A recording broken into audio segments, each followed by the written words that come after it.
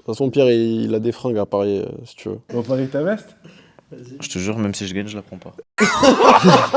Si Benoît a réussi à l'avoir, et j'en suis sûr qu'il l'aura, bah franchement, c'est la ceinture de la KT la plus rude au monde, dans l'organisation la plus dure au monde. C'est fou, il vient faire des sparring sous nuit blanche. Il va travailler toute la nuit à l'hôpital. Le matin, il arrive, il a les yeux rentrés jusqu'au fond de son cerveau. Et ah, les gars, c'est sparring, ouais. Mais en vrai, dans les tops, on a oublié un gars, hein, Francis. Hein. Francis, il a explosé le game. Il y a le nymphamme du coup à gauche de lui ou pas? Turin, fils de Troie, roi sous la montagne.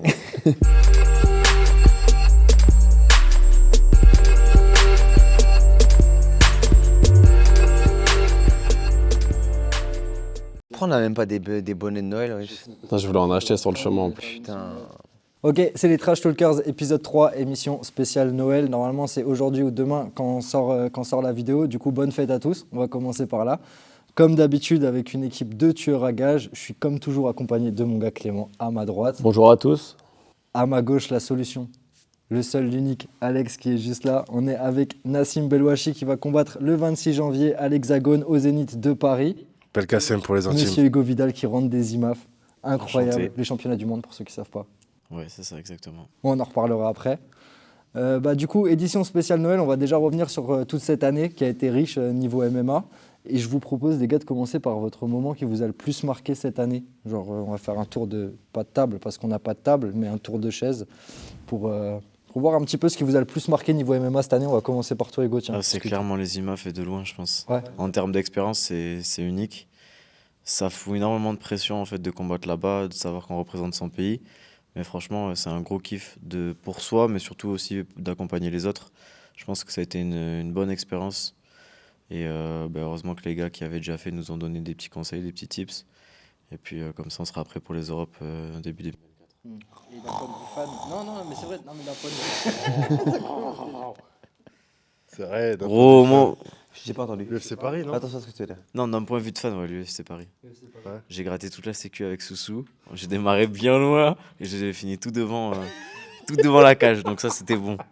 Non, ça, on a kiffé. Et toi, Nassim? Moi, mon moment préféré, c'était dans ce vestiaire en haut, quand on a fait la fête pour annoncer Morgan à l'UFC, tu vois. C'était un vrai moment. Je pense qu'en plus, vous l'avez vu sur RMC, tout ça, c'était cool. Donc, truc entre nous ici, entre collègues. Donc, c'était un moment marquant. Et voilà. C'est vrai que c'était une ambiance de ouf quand même. Ouais, pirate, hein. Ouais. Pirate de fou. On l'a su. C'était dans les tuyaux. Enfin, nous, on le savait En off. en off. Mais c'est que dans la salle, personne ne le savait encore vraiment.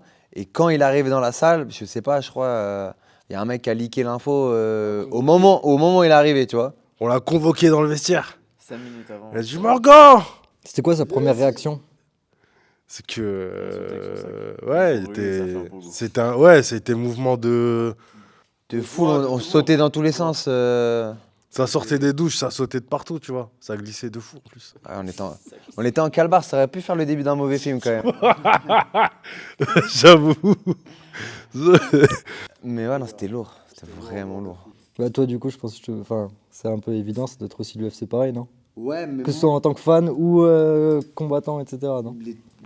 Combattant, non, j'ai pas combattu à Toi, l'UFC non, mais Paris, t'as bien mais compris. ouais, dans la signature de l'équipe, ouais. La signature de l'équipe avec Morgan, c'était vraiment trop lourd. Et le gros moment qu'on a eu, c'est vraiment le soir où on l'a appris un mois avant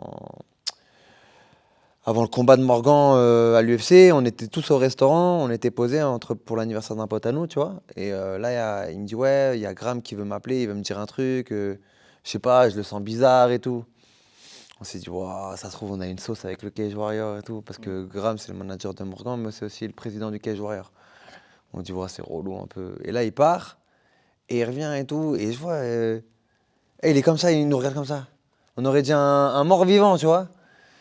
Il dit, ouais, écoutez, les gars, bon, bah, je vais plus jamais combattre au Cage Warrior. Hein. On me dit, non, et tout, ouais, parce que le 2 septembre, je suis à Paris et tout. Et là, tu sais, on était vraiment entre proches, des gens vraiment intimes. Il y avait sa femme, il y avait son cercle vraiment proche. Sur ma vie, on était 3 ou 4 à pleurer déjà. Normal. C'était vraiment la consécration. Et comme on sortait vraiment de 2 ans durs, On a dit, waouh, il y a une justice, les gars, trop lourd. Il faut rappeler le contexte aussi, c'est qu'à ce moment-là, tout le monde parle de Abdul, plus Ouais. pour l'UFC Paris. Donc, Ouais. Mais il y avait plein de monde dans les rosters. Et c'est vrai que et le nom de Morgan sortait, mais quand on lisait les commentaires, ouais, non, lui, il va pas signer, nan, il a perdu contre lui, il a perdu contre lui. Et pas non, les gars. Et toi?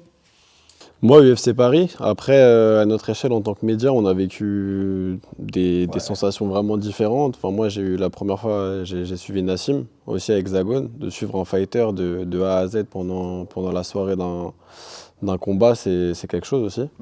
Et il y a plein de trucs. Les images, j'ai kiffé regarder. J'ai vu l'ambiance qu'il y avait et tout, ça donnait envie d'être là-bas.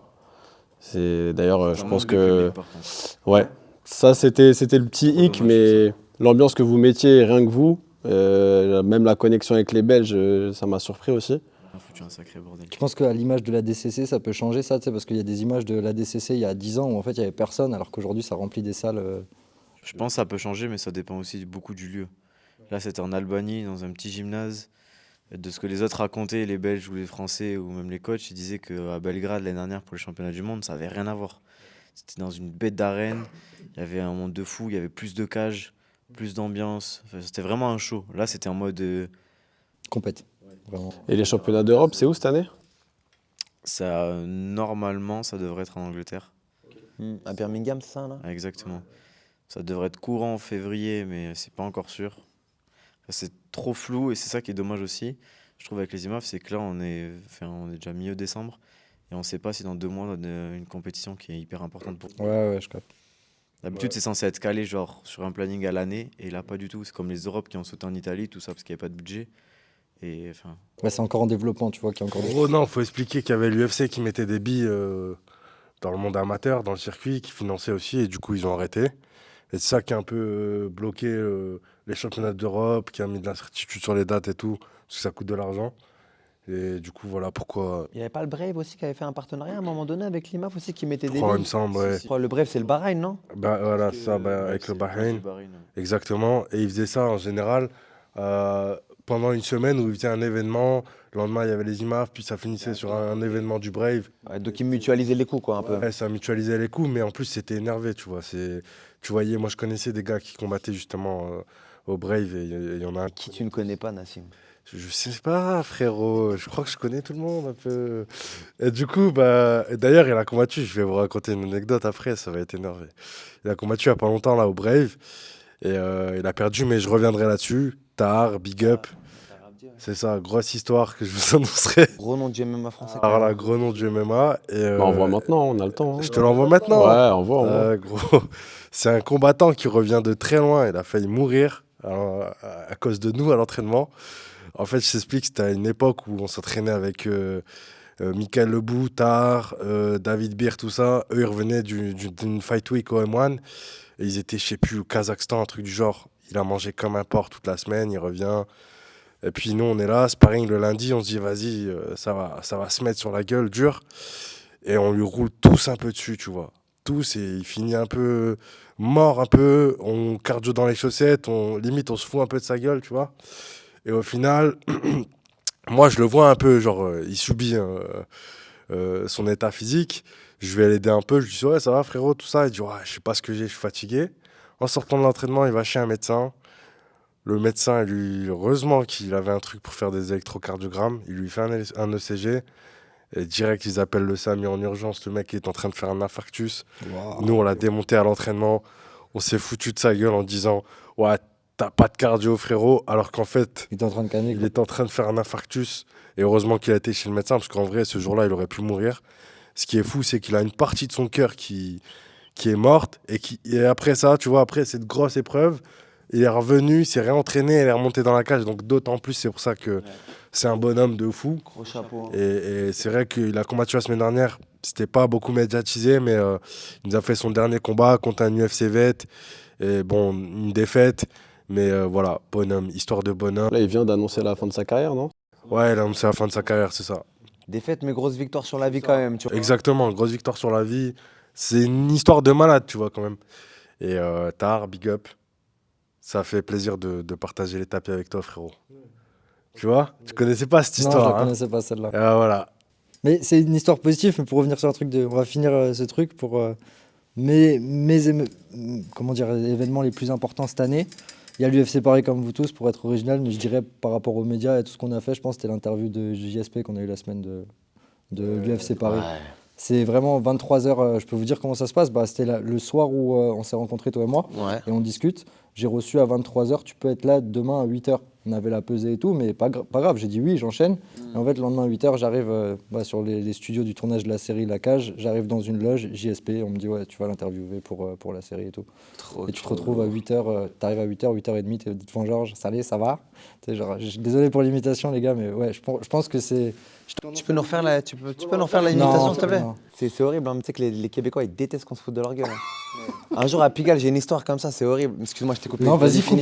Non, mais tu sais quoi, j'allais rebondir à ça. Une fois, j'ai fait un TikTok justement où je parle de JSP et je dis ouais, il y a nos amis canadiens. Et au moment où je dis canadien, dans le montage, j'ai fait pop un caribou. C'était pas très malin, mais vas-y. Et ils ont été dégoûtés. Et j'ai reçu 15 messages, frère. Genre vraiment, bon, l'humour, d'accord, mais c'est moyen et tout. J'ai trouvé ça très drôle, mais pour eux, pas du tout, tu vois. Ouais, mais eux, ils ont vraiment. Un jour comme ça, j'ai vraiment une histoire. Je suis à Pigalle dans ma période de psycho. Déjà, qu'est-ce que tu faisais? Ouais, déjà. Ça commence très bien cette histoire. Ouais, donc j'ai une histoire. À Pigalle, il se passe beaucoup de choses, en général. Je vais ranger les lunettes. Je remets les lunettes. Là, ça devient sérieux, là. Non, j'étais à Pigalle, je faisais une soirée. Et je croise un de nos compatriotes de langue québécois. Et moi, vous commencez à me connaître un petit peu, je suis un petit peu taquin. Et il commence à me parler avec un accent québécois. Et moi, je peux pas m'empêcher de me foutre de sa gueule. Et je dis, ah, c'était calé, ça. Certifié, il m'a mis une teutard pleine bouche. On s'est roulé dessus en plein dans le 18e. Et le mec, à la fin, le pire, c'est qu'on a, genre, à la fin de. Je sais pas si je peux appeler vraiment ça une bagarre, tu vois. Je pense qu'on était un peu trop fait pour que ça soit vraiment une bagarre. Et à la fin, il me dit, tu sais, chez nous, c'est grave et tout. Ça nous fait. Genre, ça nous impacte vraiment, ça nous touche vraiment qu'on se foute de notre gueule à cause de ça. J'ai une anecdote avec Georges Saint-Pierre. C'est très, très marrant. Bah, comme vous tous, on était à l'UFC Paris. Ouais.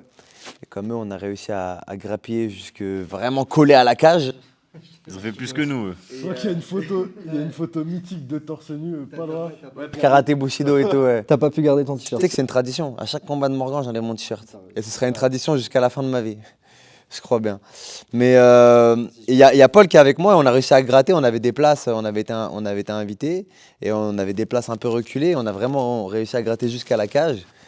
Et on voit Georges Saint-Pierre qui passe. Bah, y avait Franck aussi, Franck Gassambide qui était là. Et il y a Georges Saint-Pierre qui passe. Et Paul, il me dit, waouh, j'aimerais trop faire une photo avec lui et tout. Et moi, je m'en fous. Je me lève, je l'appelle, je dis, hey, Georges. Et je l'ai appelé. Désolé, hein. Mais je l'ai appelé vraiment comme si c'était mon daron, mon clone, vraiment. Georges. Il était pressé et tout, mais je crois que j'étais tellement insistant sur ma demande qu'il est venu quand même. Et genre, Paul, il arrive, il vient jusqu'à nous. Ouais, salut les gars, on lui serre la main. Il galère avec son téléphone, genre il est stressé, il galère avec son téléphone comme ça. Il sort le téléphone, il fait une photo. Et moi, je pensais qu'il allait me prendre avec lui dans la photo, tu vois. Donc je mets un peu ma tête, tu vois. Mais déjà, je vois qu'il a pas trop l'intention de me prendre dans la photo. Sauf que moi, frérot, c'est vraiment mon combattant préféré. Et genre, je voulais vraiment prendre une photo avec lui. Et je voyais qu'il était déjà pressé, donc j'ai mis les intérêts de Paul en premier. Et quand je vois la photo et tout, et il monte la photo, on me voit un petit peu en fond, tu vois. Je suis pas très clair, mais je suis quand même sur la photo, tu vois. Et c'est pas le soir même ou 2 jours après, je vois la photo et sort. C'est pas il l'avait croppé cet enfoiré. J'étais plus du tout dessus. Qu'est-ce que ça m'a fait mal au cœur.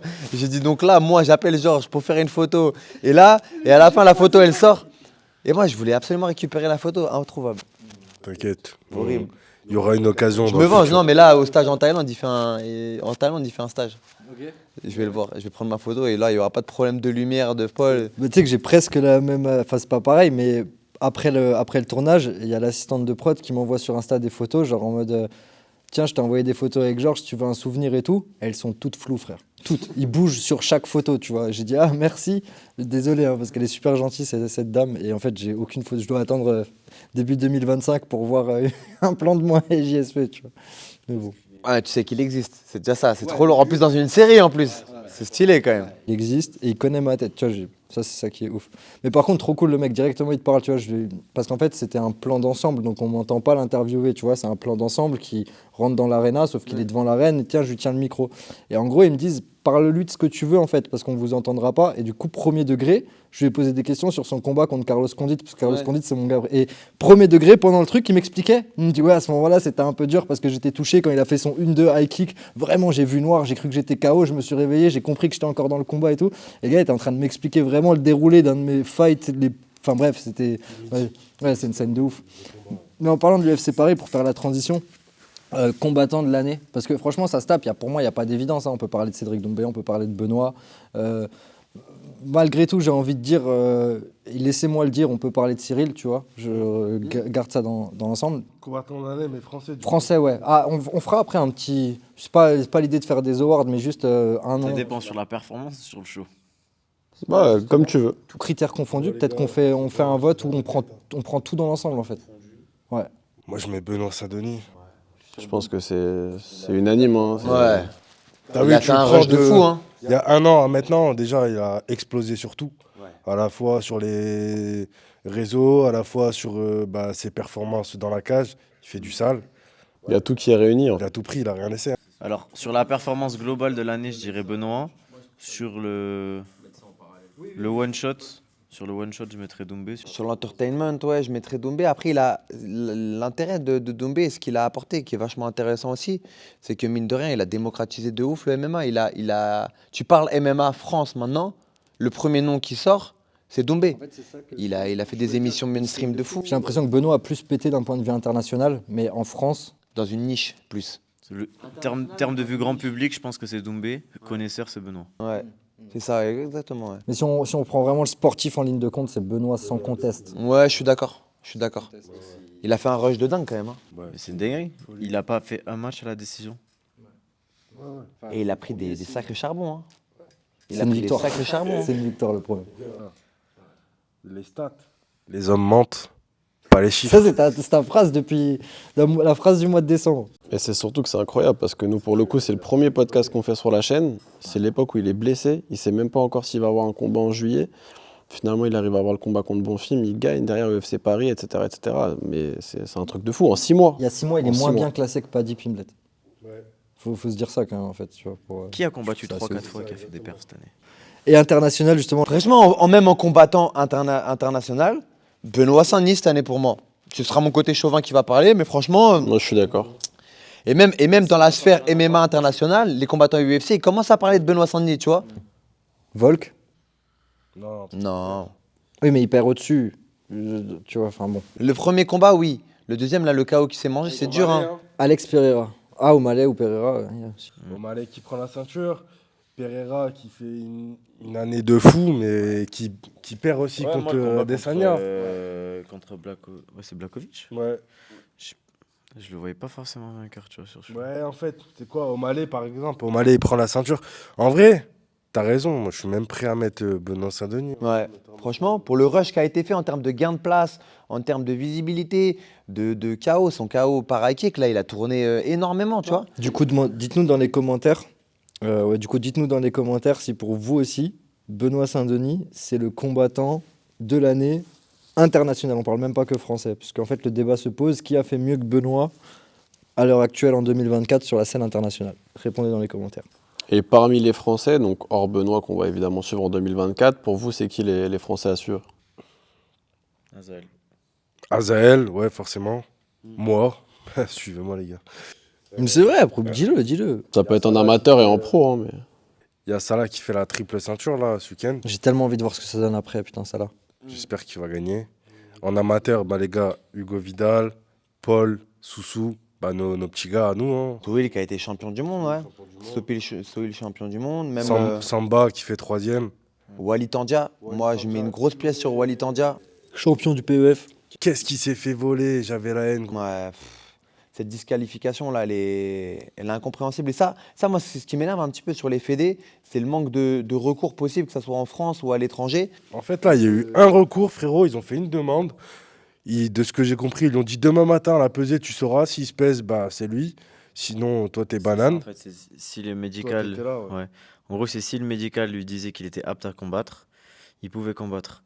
Mais tu vois la mauvaise foi des mecs, parce que quand l'arbitre dit tu peux reprendre ou pas, il dit ouais, non, je peux pas, je suis KO. Il met Wally gagnant. Et après, il dit ouais, non, en fait, je peux. Il se lève d'un coup. Tu vois que c'est du cirque. Ouais, bien sûr. De toute façon, on C'est voit c'est- très c'est clairement que ça a horrible touché en termes l'épaule. en termes de frustration pour lui. C'est. Et même sur les En images de plus, derrière Denis, son combat du PEF annulé, c'est-à-dire là, il les a enchaînés, hein.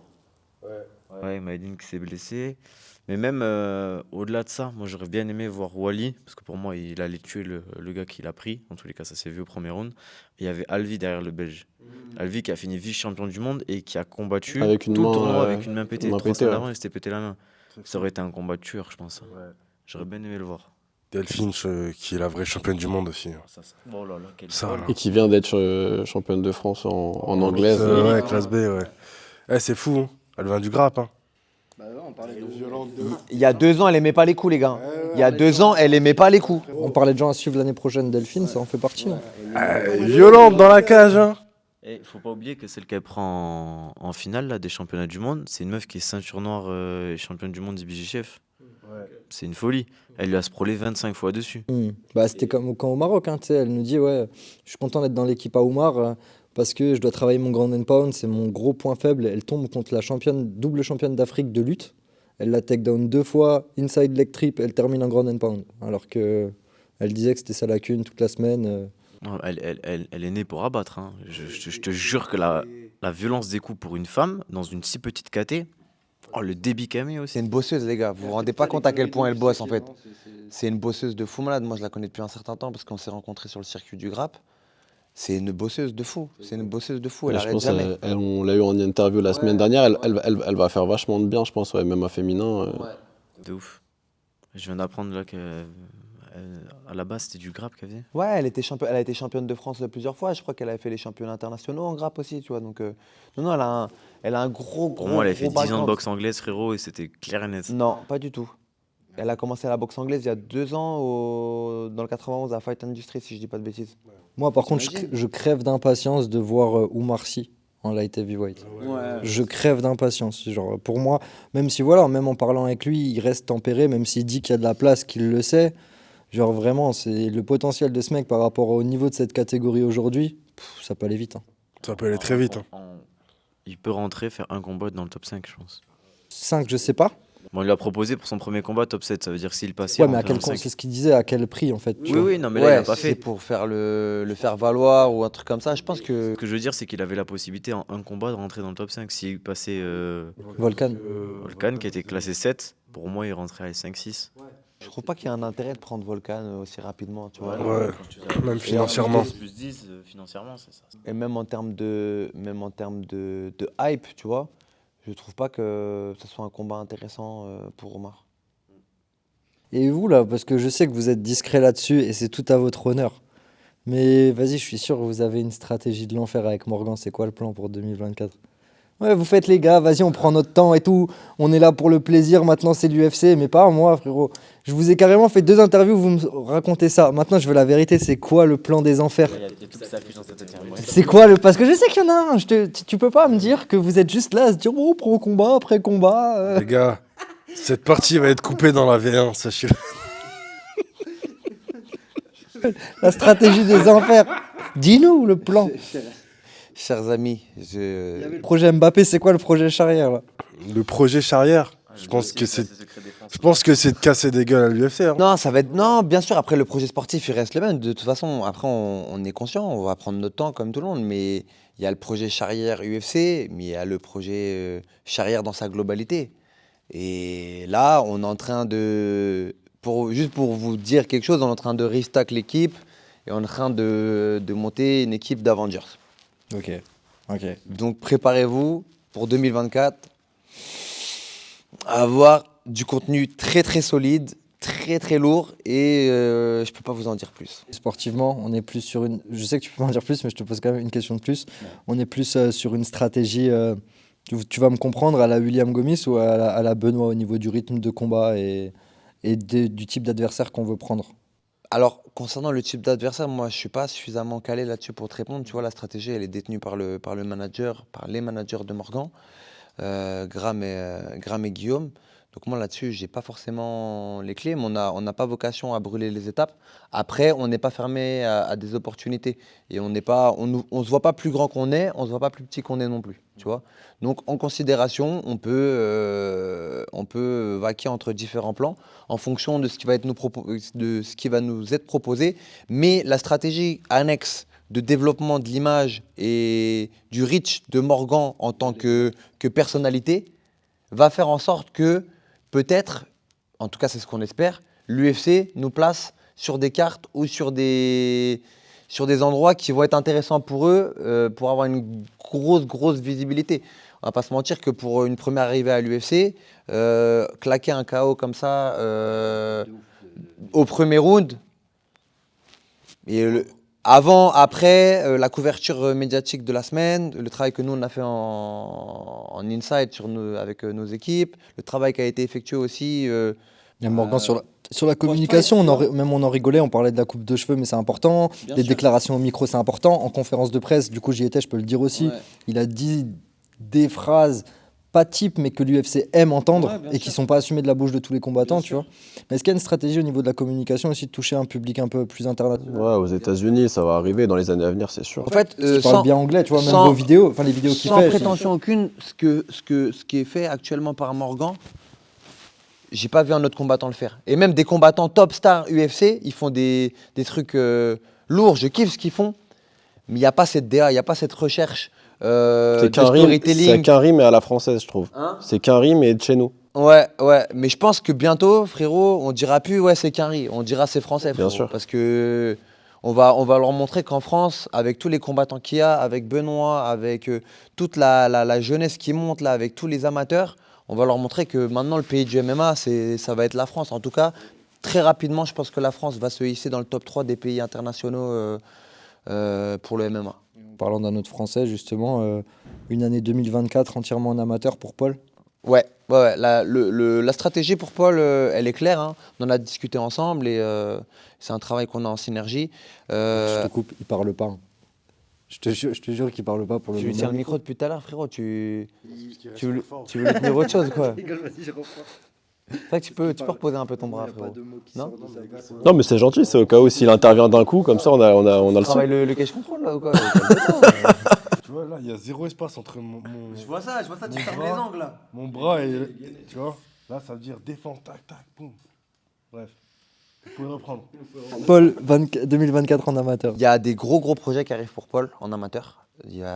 On va essayer de faire en sorte que... Moi, je sais. Tu sais pas tout. Tu sais pas tout.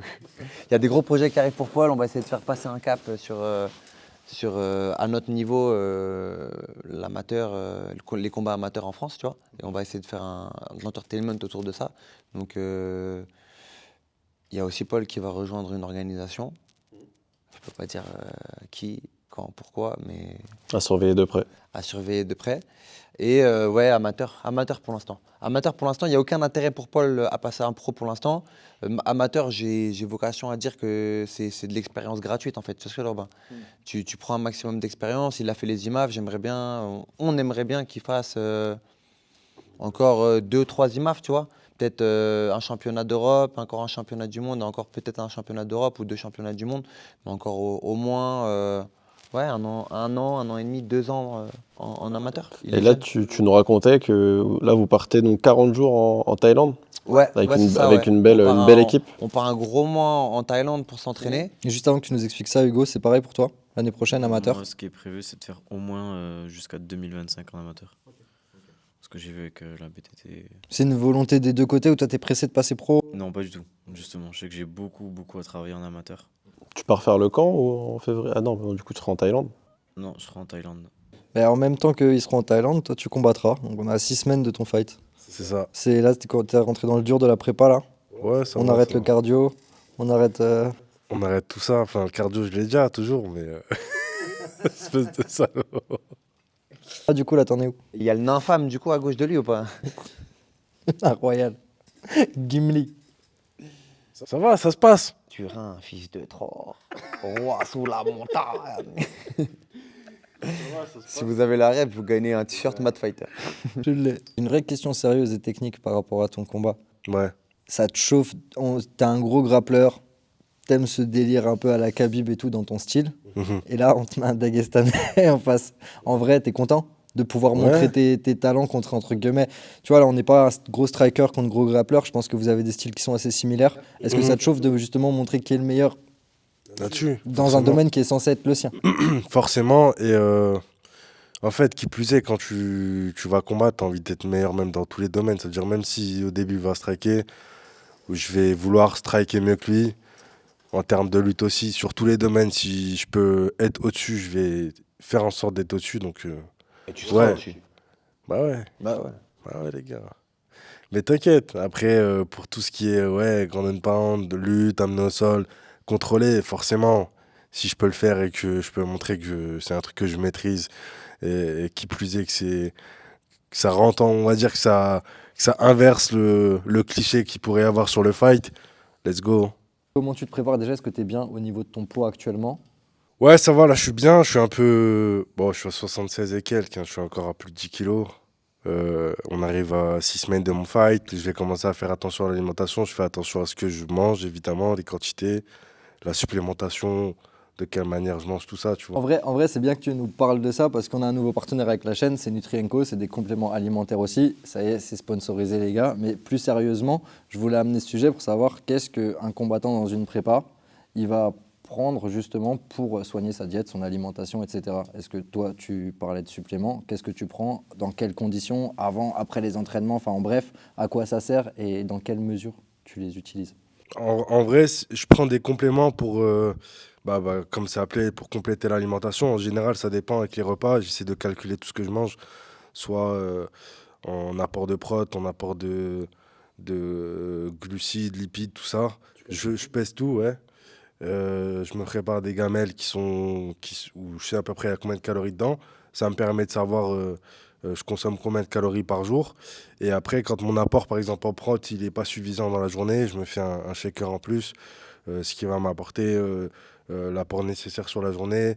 Et en fait, tout ça, je le fais de manière assez carrée pour que je puisse perdre mon poids et que je puisse arriver sec, avec un cardio de fou et une shape de malade. Les trois, j'ai une question. Vous aimez vous battre, ça c'est un fait. C'est quoi le plus dur? Genre vraiment, si on doit parler en termes de discipline, c'est s'entraîner 2 fois par jour, bien dormir ou manger. Vous galérez le plus sur quoi en fait au niveau de discipline vraiment? Non, pourquoi tu rigoles? Putain, c'est la boue. Moi, je galère sur les trois, frère. Je dors pas. Ah, je dors mal moi aussi, j'ai du mal. Donc, pour t'entraîner après, bah, t'es fatigué, donc il faut se bouger. C'est fou, il vient faire des sparring sous nuit blanche. Il va travailler toute la nuit à l'hôpital. Le matin, il arrive, il a les yeux rentrés jusqu'au fond de son cerveau. Et... Ah, les gars, c'est sparring, ouais. Ah, les gars. Bah ouais. Ah ouais? Du coup, derrière, après, l'alimentation, c'est dur. Tu sais, l'alimentation, quand tu perds vraiment du poids, tu te sens un peu fatigué, que tu commences à être sur les nerfs, c'est là où c'est vraiment plus dur. Alors, à la fin de ta perte de poids et le début de ton cut où tu vas passer au sauna, là, déjà, je suis aigri de fou.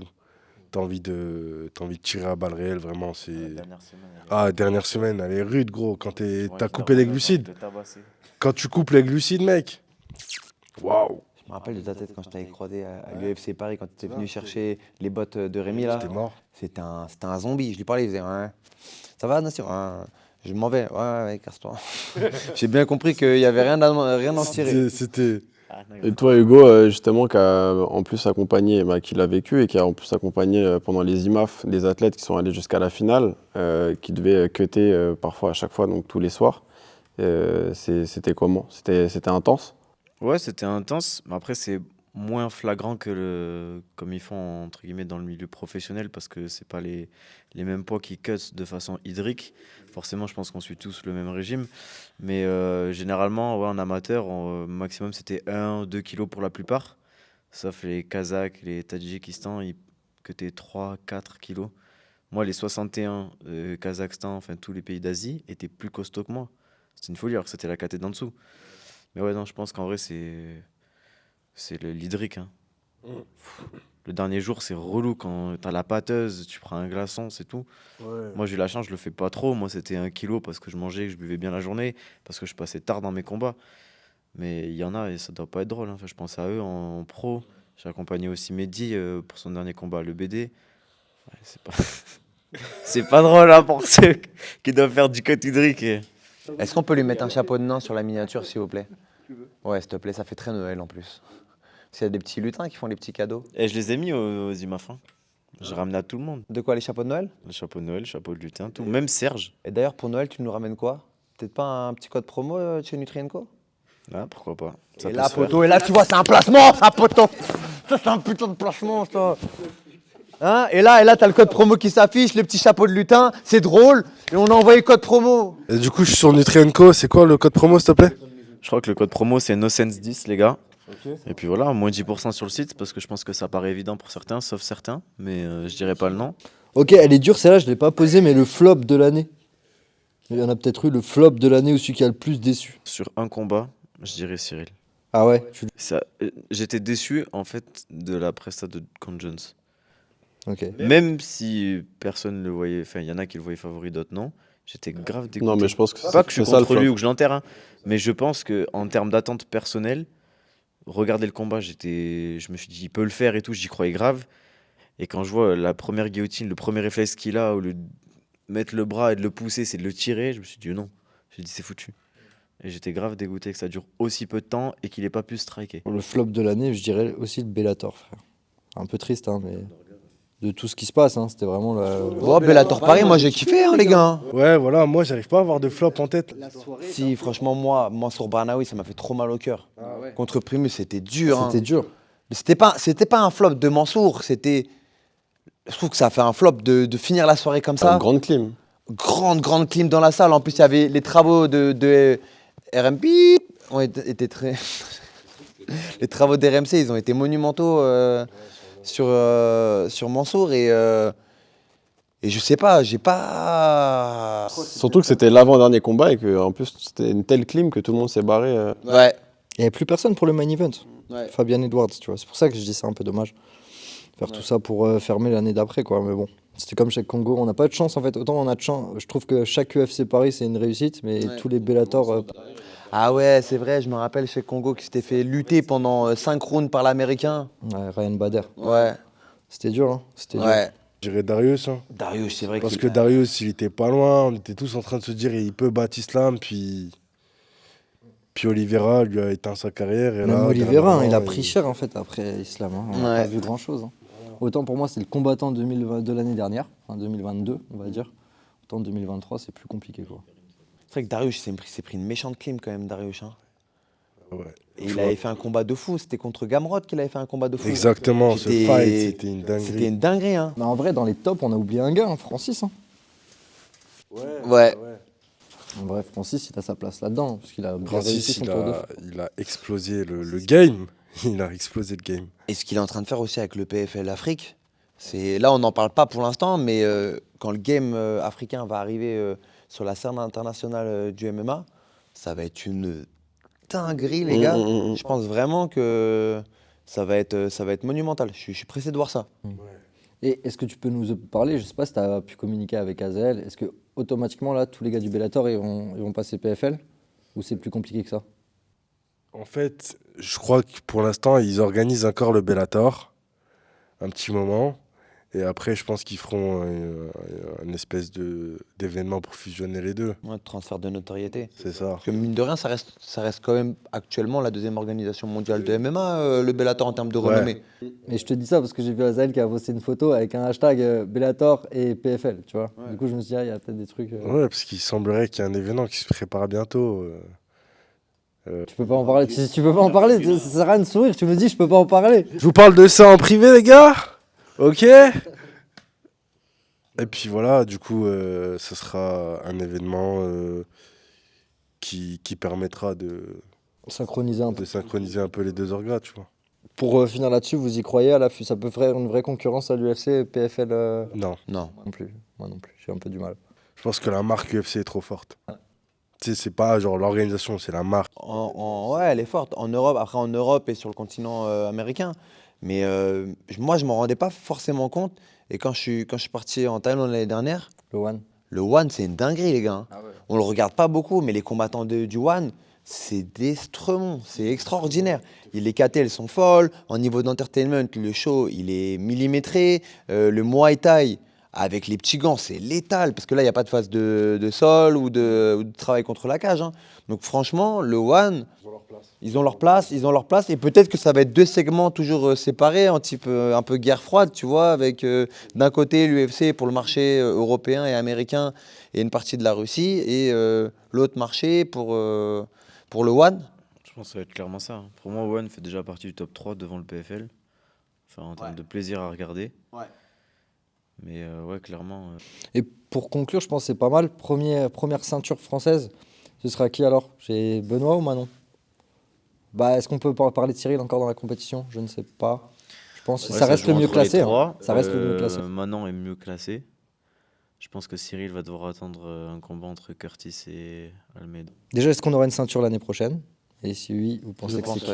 Je pense que ce sera le premier challenger à la ceinture, ce sera Benoît. Ok, moi, je pense que ce sera Manon. Ok. Peut-être pour une intérimaire, mais enfin, prochaine ceinture, pour moi, proposée à un Français, c'est Manon, dans l'ordre. Ouais. Ouais, je suis d'accord avec toi. toi. Logiquement, c'est elle. Logiquement, c'est vrai. Mais la ceinture, la plus belle ceinture à choper, c'est les 70 kilos. C'est la KT, la. Ça veut dire la c'est plus- celle d'Hexagone. Non, mais les gars, 70 kilos à l'UFC, Ah, c'est Bourbier. c'est top 10, c'est que des assassins. Donc forcément, si Benoît a réussi à l'avoir, et j'espère qu'il l'aura, et j'en suis sûr qu'il l'aura, bah franchement, c'est la ceinture de la KT la plus rude au monde, dans l'organisation la plus dure au monde. Je pense là, on a une année 2024 qui se profile. Ça va être du sale. Ça se trouve, on fait l'épisode de Noël l'année prochaine avec 2, voire peut-être 3 champions français, ce serait beau. Laissez-moi être optimiste. J'en veux 3. On espère, hein. On espère. En Tu te rends compte, en même temps, si on arrive à avoir 3 ceintures en même temps, comme ce serait une révolution. Il serait vraiment la France dans le top 3 En mode Brésil à des l'époque. pays tu vois. du MMA, ouais. C'est la fin, c'est ça? Voilà. N'oubliez pas le code promo. Bonne fête à vous, joyeux Noël, bonne année, bonne santé, que l'oseille. Et le 26 janvier, pour son Ah ouais, combat c'est vrai. au Zénith de Paris, Prenez vos places. Hexagone. Prenez vos places. En tout cas, on vous souhaite de bonnes fêtes. Vous avez regardé le podcast Trash Talker épisode 3, édition spéciale Noël, avec, comme toujours, l'équipe de Tueurs à Gages. Encore une fois, n'hésite pas à liker, à t'abonner si le contenu te plaît. T'étais sur NoSense. Bisous. Et oublie pas qu'avec le code NoSense10, t'as 10% sur tous les produits, suppléments et compléments alimentaires chez Nutri&Co. Bisous et bonne fête encore à vous. Babao. Non, on voulait faire gagner une séance d'entraînement avec Nassim. Ah ouais. Trop tard, ça y est, c'est bon, frère.